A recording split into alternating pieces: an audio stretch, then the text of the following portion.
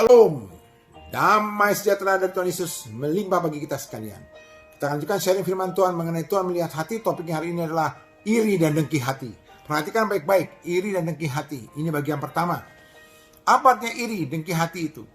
Itu adalah keadaan hati kita yang tidak senang dan tidak nyaman. Tidak nyaman melihat orang lain melebihi kita. Baik melebihi kita dari segi pendidikan, kecerdasan, kepintaran, status sosial kita, keuangan, karier, aura, karisma, pengaruh. Contohnya ahli Taurat dan imam kepala. Mereka iri dengan Yesus karena orang sangat senang mendengarkan Tuhan Yesus menyampaikan firman atau menjelaskan firman ketimbang mendengarkan ahli Taurat dan imam kepala menjelaskan firman Tuhan. Yang kedua, orang-orang yang tidak nyaman, tidak senang melihat keberuntungan orang lain.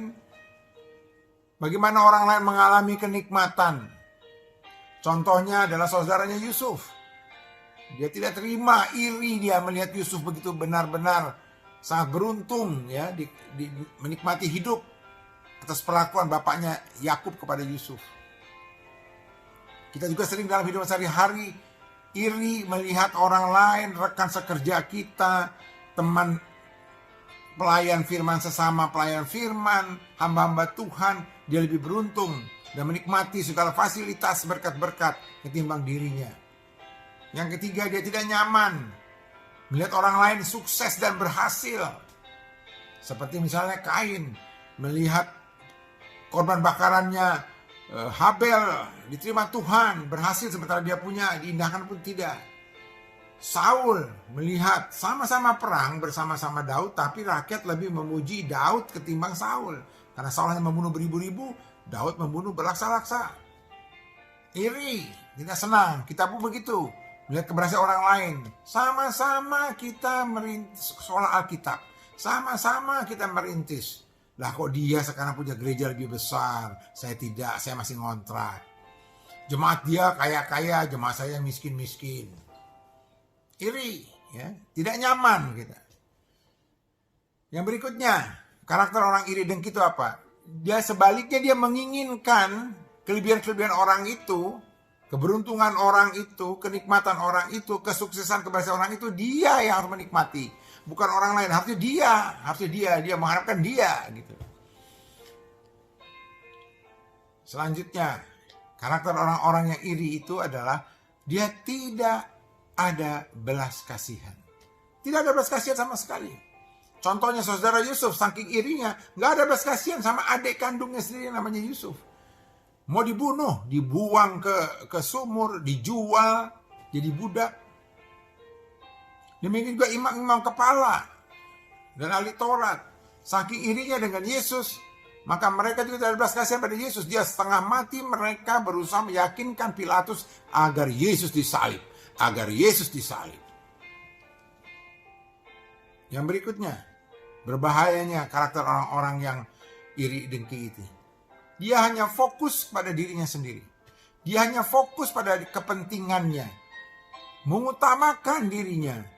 Dan puji-pujian untuk dirinya. Jadi sangat berbahaya orang-orang seperti ini. Ini orang yang sangat egois sekali. Selalu fokusnya kepada dirinya. Kepentingannya, keutamaan dirinya, dan puji-pujian untuk dirinya. Sampai-sampai dalam Filipi 1 ayat 15. Filipi 1 ayat 15 dikatakan. Ada orang yang memberitakan Kristus itu karena dengki dan perselisihan. Jadi bukan karena ingin melayani Yesus. Tapi karena dengki dan perselisihan. Dan dalam Filipi 1 ayat 17 selanjutnya dikatakan, tetapi orang-orang ini itu melayani untuk kepentingannya sendiri dan dengan maksud yang tidak ikhlas. Jadi dia melayani Yesus bukan dengan motivasi yang benar. Dia bukan dengan motivasi yang benar. Nah, ini berbahaya sekali. Motivasinya itu adalah bukan untuk ikut Yesus, bukan untuk meneladani Yesus, bukan karena mengasihi Yesus, bukan. Tapi semata-mata karena apa? Dalam Filipi 1:17, untuk kepentingan sendiri dan tidak ikhlas. Pertanyaan berikutnya adalah, apakah iri hati itu hanya terjadi pada orang-orang yang posisinya di bawah atau inferior, yang lebih lemah? Oh tidak. Selama orang itu masih fokus pada dirinya sendiri, maka dia mau inferior yang lebih lemah ataupun superior yang lebih tinggi, iri hati itu akan datang karena itu sumber dari iblis. Saya kasih contoh untuk orang-orang yang biasanya posisinya lebih lemah, tapi lagi iri hati. Nah, dia nggak berani langsung iri hati dengan orang yang lebih tinggi ya. Jadi ini orang-orang yang lebih lemah yang iri hati terhadap orang yang lebih berkuasa. Nah, dia tidak berani berhadapan. Jadi selalu tindakannya adalah hanya bisa menjelekkan atasannya, memfitnah atasannya, mengumpat sendiri, mengutuk. Akhirnya apa? Dia musuhan. Dan akhirnya apa? Pergi meninggalkan. Dia mungkin tidak bisa terang-terangan sama gembala gitu ya, iri sama gembala gitu ya, nggak bisa. Paling dia menjelekkan gembalanya, memfitnah gembalanya, mengumpat, mengutuk. Akhirnya apa? Musuhan sama gembalanya, pergi tinggalkan gerejanya, pindah gereja lain. Di kantoran juga begitu. Ya. Dia tidak terima gitu ya. Tidak terima ya. Yang kedua, contohnya superior, lebih unggul, posisi saya lebih atas. Saya lebih atas, tapi saya cemburu, saya iri kepada bawahan. Nah, karena dia punya kuasa, dia nggak sembunyi-sembunyi, nggak di belakang. Dia terang-terangan di depan orangnya. Apa yang dilakukan? Dia akan tekan itu anak buahnya yang dia irikan. Dia akan intimidasi. Bahkan dia akan menyakiti, merusak, melakukan kejahatan dan kekejaman bagi bawahannya yang dia iri itu. Apa ada, Pak? Atasan yang iri sama bawahannya? Ada. Misalnya dalam pekerjaan. Atau dalam pengembalaan juga. Ini jemaat atau anak buah kita yang kita beri tugas berhasil, sukses. Sehingga orang-orang memuji dia. Bukan saya bosnya yang dipuji, bukan saya gembalanya, tapi anak buahnya yang dipuji. Maka dia iri. Iri. Ya, contohnya lain di Alkitab apa? Saul mengajak Daud berperang. Tapi begitu berhasil menang perang, rakyat malah lebih memuji Daud ketimbang Saul. Akhirnya Saul jadi iri. Nah ini kejadian. Ya, kita anak buah kita diangkat. Atau jangan anak buah lah, yang sesama kita diangkat melebihi kita. Ingat, kita tidak nyaman. Ketidaknyamanan dalam hati melihat orang lain berhasil, itu iri. Itu dengki. Hati-hati. Ya, apapun alasannya, harusnya kita itu kalau mana anak Tuhan, melihat orang lain berhasil, harusnya kita puji Tuhan, ada damai sejahtera, Tuhan pakai dia. Karena itu maunya Tuhan. Itu Tuhan izinkan terjadi. Tapi kalau saya merasa tidak nyaman, itu tanda-tandanya bibit-bibit iri itu sudah ada. Dan berhati-hati. Kenapa orang berhati-hati? Karena akibat orang yang iri hati itu apa? Alkitab menyatakan dalam yang pertama, akibatnya kalau kita iri hati, dalam Yakobus 3 ayat 16. Sebab di mana ada iri hati dan mementingkan diri sendiri, di situ ada kekacauan dan segala macam perbuatan jahat. Akan kacau. Dan segala perbuatan jahat seperti contoh tadi. Kalau dia bawahan yang iri sama atasannya, dia akan mengatakan apa? Dia akan melakukan menjelek-jelekan atasannya, memfitnah, ya, lalu mengumpat, mengutuk, bermusuhan, bahkan dia pergi. Sementara kalau yang lebih punya kuasa iri terhadap yang di bawah, apa yang akan dilakukannya, dia akan menekan, mengintimidasi, menyakiti, merusak, berbuat jahat, bahkan melakukan kekejaman terhadap bawahannya. Kalau yang sama tingginya, apa yang dia lakukan sama. Kalau dia berani, dia ngomong langsung seperti orang atasan ke bawahan. Kalau dia nggak berani, ya di belakang seperti orang bawahan pada atasan. Ngomong di belakang. Jadi akan segala macam kejahatan yang terjadi. Yang kedua, Alkitab katakan dalam Amsal 14:30. Amsal 14 ayat 30. Iri hati itu membusukkan tulang. Jadi iri hati bukan hanya merusak orang lain yang kita irikan, tapi juga merusak diri kita. Itu membusukkan ke diri kita.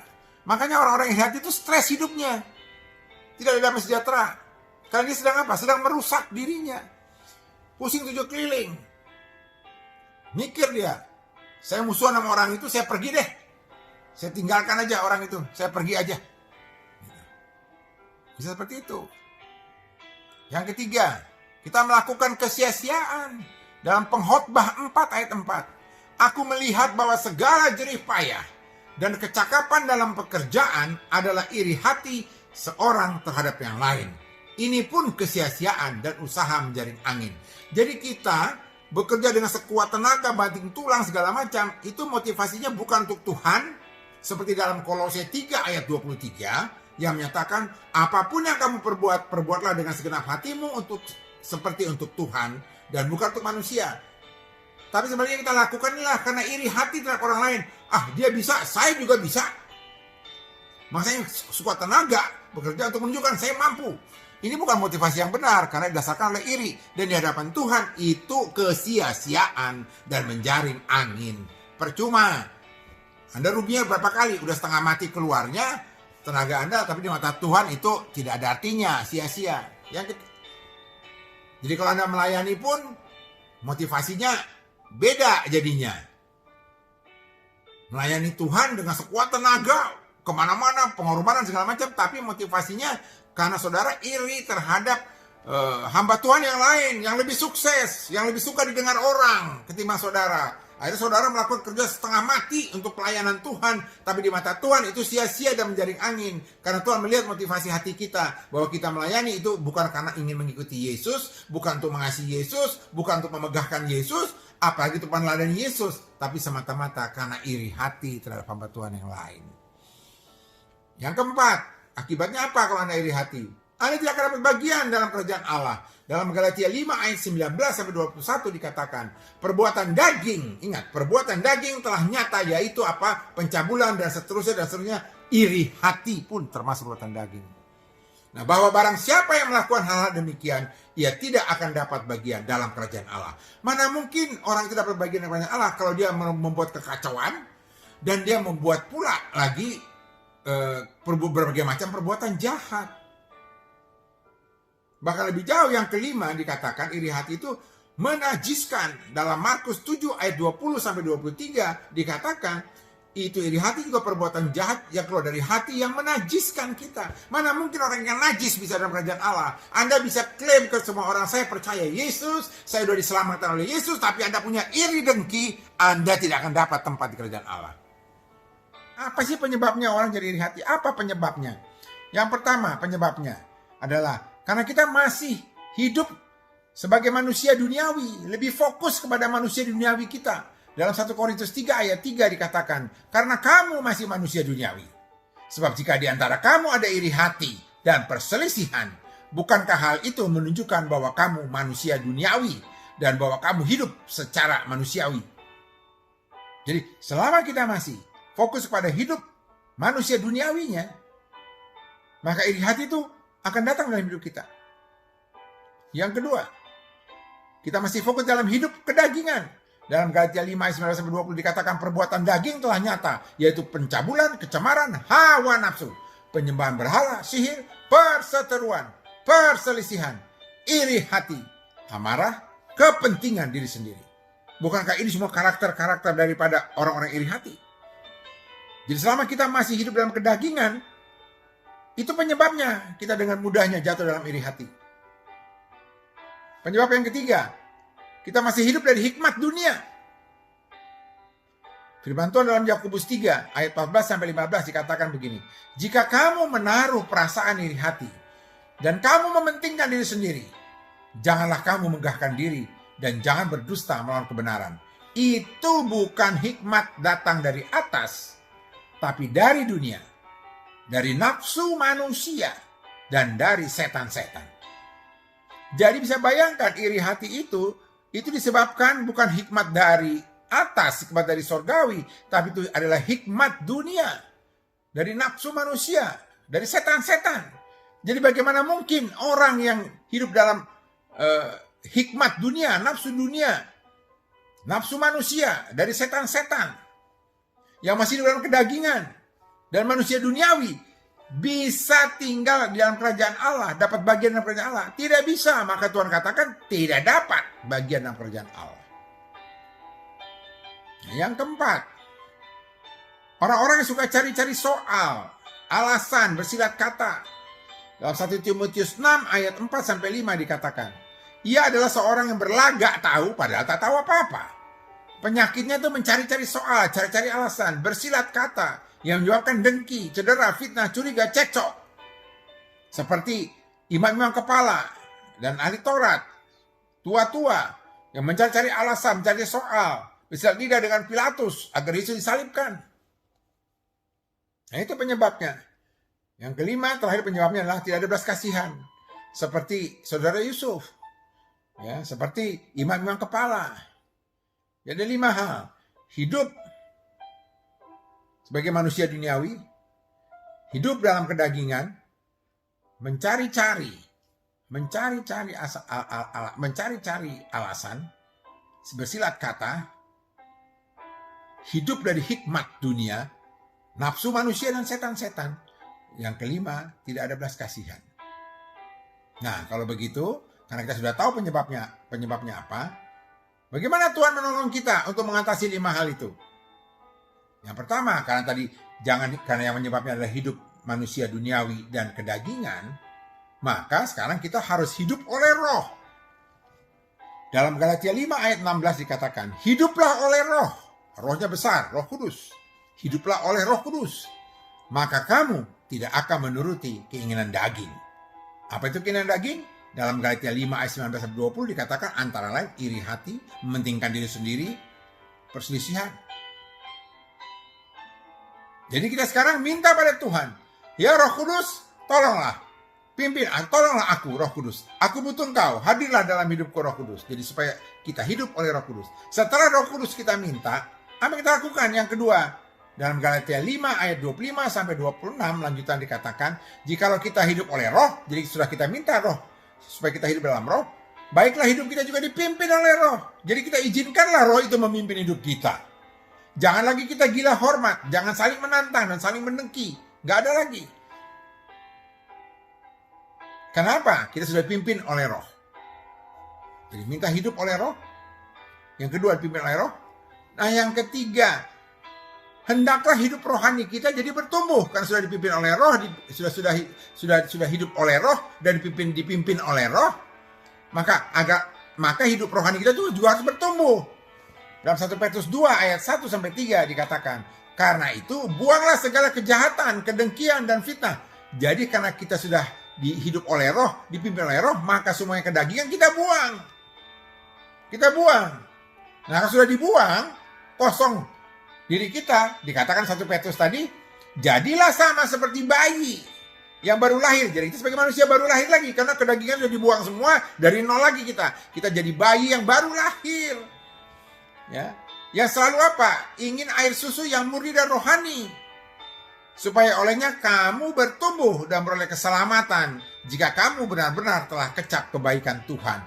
Jadi kalau kita sudah hidup oleh roh, dipimpin oleh roh, supaya bertumbuh rohani kita buang itu semua yang kedagingan, sehingga kita dari nol lagi seperti bayi yang sungguh-sungguh sangat menginginkan air susu dan rohani, firman Tuhan yang baru. Itu yang membuat kita bertumbuh. Itu kita lakukan. Yang ketiga. Nah yang keempat, hiduplah di dalam Kristus. Dalam Filipi 2 ayat 1 dikatakan, jadi karena dalam Kristus ada nasihat, bukan lagi bersilat kata, fitnah, curiga, cekcok seperti yang disampaikan dalam 1 Timotius 6 ayat 4-5. Ada penghiburan kasih. Jadi tidak ada lagi mementingkan diri sendiri seperti dalam Yakobus 3 ayat 16. Ada persekutuan roh. Jadi tidak ada lagi perselisihan, cekcok seperti dalam Galatia 5 ayat 19-20. Ada kasih mesra dan belas kasihan. Bukan lagi perbuatan jahat. Bukan lagi mementingkan diri sendiri. Seperti disampaikan dalam Yakobus 3 ayat 16. Jadi Filipi 2 ayat 1. Itu juga jawabannya yang keempat. Hidup di dalam Kristus supaya kita punya belas kasihan. Karena tadi ciri-ciri orang yang iri hati tidak punya belas kasihan. Nah bagaimana kita mengetahui bahwa kita sudah hidup dalam Tuhan? Dalam 1 Yohanes 2 ayat 5 dikatakan, tapi barang siapa menuruti firman-Nya, di dalam orang itu sungguh sudah sempurna kasih Allah. Dengan itulah kita ketahui bahwa kita ada di dalam Dia. Jadi kalau kita ada di dalam Kristus, bagaimana caranya? Turuti semua firman Tuhan, hidup taat. Nah, kalau kita sudah hidup taat, artinya kita sudah hidup di dalam Kristus. Nah, kalau hidup dalam Kristus, apa yang terjadi? Seperti yang tadi disampaikan di dalam Filipi 2 ayat 1. Ada nasihat, ada penghiburan kasih, ada persekutuan roh, ada kasih mesra, dan belas kasihan. Nah, kalau sudah kita di dalam Kristus, kalau tadi dalam roh, oleh roh, dipimpin roh, bertumbuh dalam roh, sekarang saya ada dalam Kristus, maka yang kelima adalah kita bertumbuh di dalam Kristus itu. Bertumbuh oleh kepenuhan Kristus. Dalam Galatia 2 ayat 19-20 dikatakan, kalau aku hidup, bukan lagi aku yang hidup dalam diri aku, tapi Kristus. Kristus sumber belas kasihan itu ada dalam saya. Maka tidak akan ada lagi iri dengki. Karena yang ada dalam diri saya adalah Kristus. Bahkan lebih jauh, dikatakan dalam 2 Korintus 5 ayat 15. Kalaupun aku hidup bukan lagi untuk diriku, tapi aku hidup untuk Dia, yaitu Kristus. Itulah caranya kita bertumbuh dalam kepenuhan oleh Kristus. Kita harus sadar bahwa Kristus ada dalam diri saya. Jadi kalau saya melihat orang lain sukses dan berhasil, orang lain beruntung, orang lain diberkati, orang lain menikmati berkat-berkat Tuhan, saya bukan iri, karena dalam diri saya ada Kristus. Kristus memang tujuan Kristus itu justru membuat orang berhasil, membuat orang punya kelebihan-kelebihan, karunia-karunia tertentu, Tuhan Yesus menginginkan juga orang-orang itu berhasil, menikmati berkat Tuhan. Maka saya juga akan suka cita, karena dalam diri saya adanya Kristus. Tapi kalau kau tidak nyaman, pasti bukan Kristus dalam dirimu, itu pasti iblis. Nah, kalau aku hidup, kata 2 Korintus 5:15, aku hidup untuk Kristus. Jadi kalau orang berhasil, dan aku melihatnya, aku hidup untuk Kristus. Kristus, engkau yang memberikan itu. Maka aku ada suka cita. Demikianlah saudaraku. Jangan iri, jangan dengki. Hiduplah dalam Kristus. Hiduplah engkau bertumbuh dalam Kristus. Hiduplah oleh roh, dipimpin oleh roh, dan bertumbuh dalam roh. Terpujilah nama Tuhan. Tuhan memberkati. Amin.